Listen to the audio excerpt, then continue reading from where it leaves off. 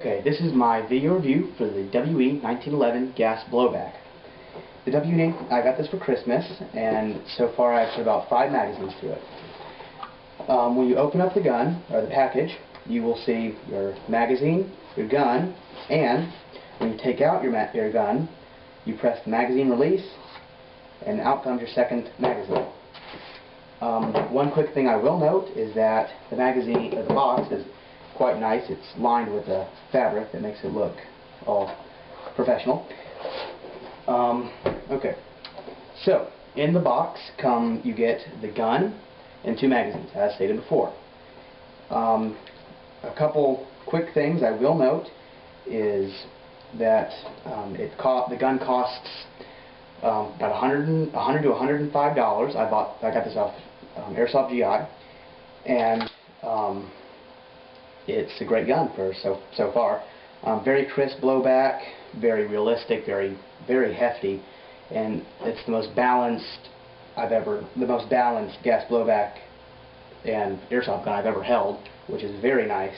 And now to get on to the review, to put the magazine in, you get your magazine and you point it so the BB nozzle is facing toward the trigger. You slide it up until you hear a click. To release the magazine, on the left side of the gun, you'll see a little button, and then you press that in, and your magazine will come right out. This gun is a gas blowback, which means it does not need batteries, or you don't have to manually cock it each time. You have a can of gas, which makes it semi-auto, which is a great feature for when you really need something, when it's like you're a sniper, or you just run out of ammo and you're in a bad situation. It's also a good prop gun for movies, and it's just a cool thing to have. But okay, to cock the gun, to get the first BB loaded, you put your magazine in and you pull the slide back, and you will notice that the barrel is silver, which it's not very reflective, but it's still a little annoying.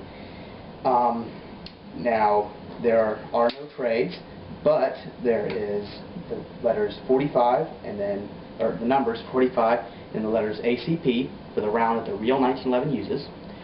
You have the plastic grips, and it's full metal except for the tip, which is removable, but I live in a subdivision, so it's illegal to remove it, and it is anywhere, so don't remove it.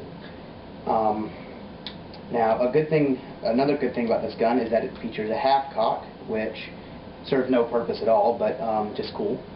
If you pull the slide with the hammer all the way back, you can pull the trigger, and to get the gun to fire, you cannot pull the trigger to get the hammer to slam forward unless you press down the grip safety and pull the trigger.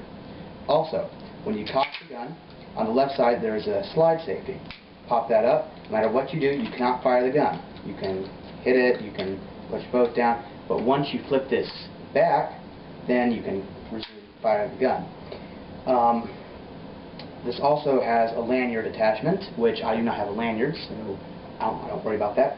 But if you do, it's a good thing to have. Now, another good thing about this is when you're out of ammo, the slide locks back, revealing an open ejection port so you can see if you have any BBs left or not.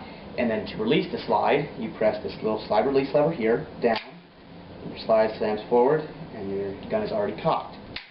Okay, now as I mentioned before, this is a gas blowback, and I use Ultra Elite's green gas. This can also use red gas, but this is cheaper and it's a little easier to find, I think. It's a little hard to find red gas. But if you buy this particular one, a cool thing about it is that when you shoot it, it does not smell like propane, which is all this is. It's propane and lube. So you don't really have to worry about lubing your gun. This does it for you. But this does not smell like propane. It smells a lot like a new car, which is a great feature. And if you buy this type, you will notice that there's just a little nub. But if your dealer will also ship you or give you a nozzle, which you just fix on there. Then you shake it up really well until you don't hear anything moving. Then you invert your magazine. Then you put that in that little hole right there, and you press down. You should hear it fill up. You should hear the emptiness going away.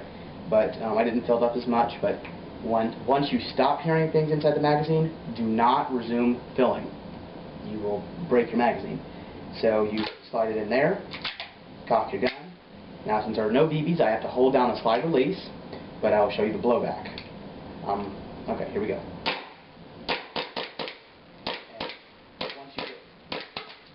Once you get low on air, as you have just seen, you will hear a poof and then some gas escaping. But very crisp blowback. You can fire fast no matter what the other people say, but if you keep firing fast and in rapid succession, you will notice that you will start, more gas will come out, which is not good because you're wasting gas. Also, since gas is affected by temperature, you want to use this in as warm a climate as possible. 90 degrees would be great, but I mean anything above really 65 is great to shoot this in. Anything really below 50 or 60 is not very good because you're going to only get about 15 shots out of it, which is about much of the magazine, and you'll have a big cloud of propane coming out, which not bad, but it's a little annoying because you're wasting money. But by the way, this green gas, this whole bottle, which will last me about, I'm not sure how much it'll last me, but it costs $12, which it'll last me quite a few shots. But you cannot see this, I don't think, but right along here, and when you pull that back, it's very shiny and wet.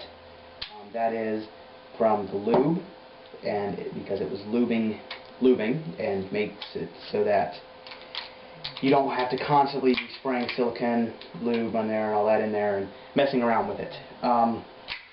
Okay, now one quick thing I will mention is that this is a little noisy. You probably can't hear it that well, but it's still pretty noisy. And I mean, it's not bad or anything. In a holster, it's very quiet, but still, it's a little noisy. But another quick thing I will mention is that the paint around here, where this slams forward like that, it's beginning to chip. And this is not the best paint in the world, but there's only a little chip right there. But it'll probably get worse, and it might happen with yours if you buy one, if you have one. Eventually, because this is not top-notch quality paint, but it'll serve your purpose for a long time, and it also gives you that look of it's been tested in battle. But I do not have any stories of where these magazines or the guns have been dropped on concrete, because I usually don't drop my guns, but it appears very sturdy. I mean, this is rock solid except for a little bit of slide wall. And a quick thing, I will show you how to field strip it.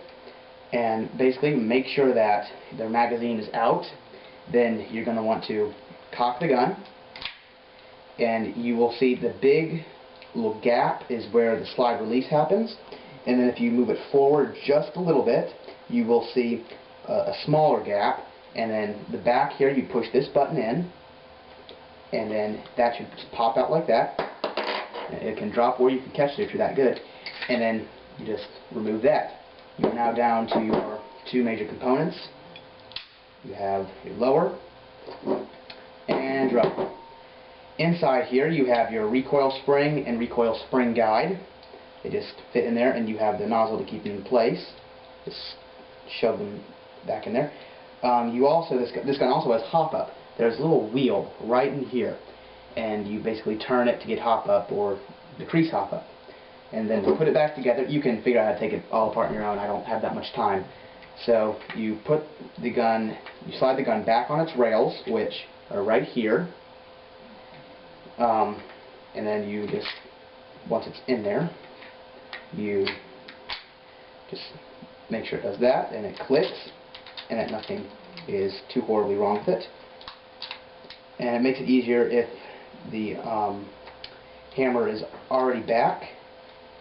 But in any case, you just hold it there, replace your pin, putting it through the same gap. You should hear a click when it's ready, and then test it a couple times, and you're good.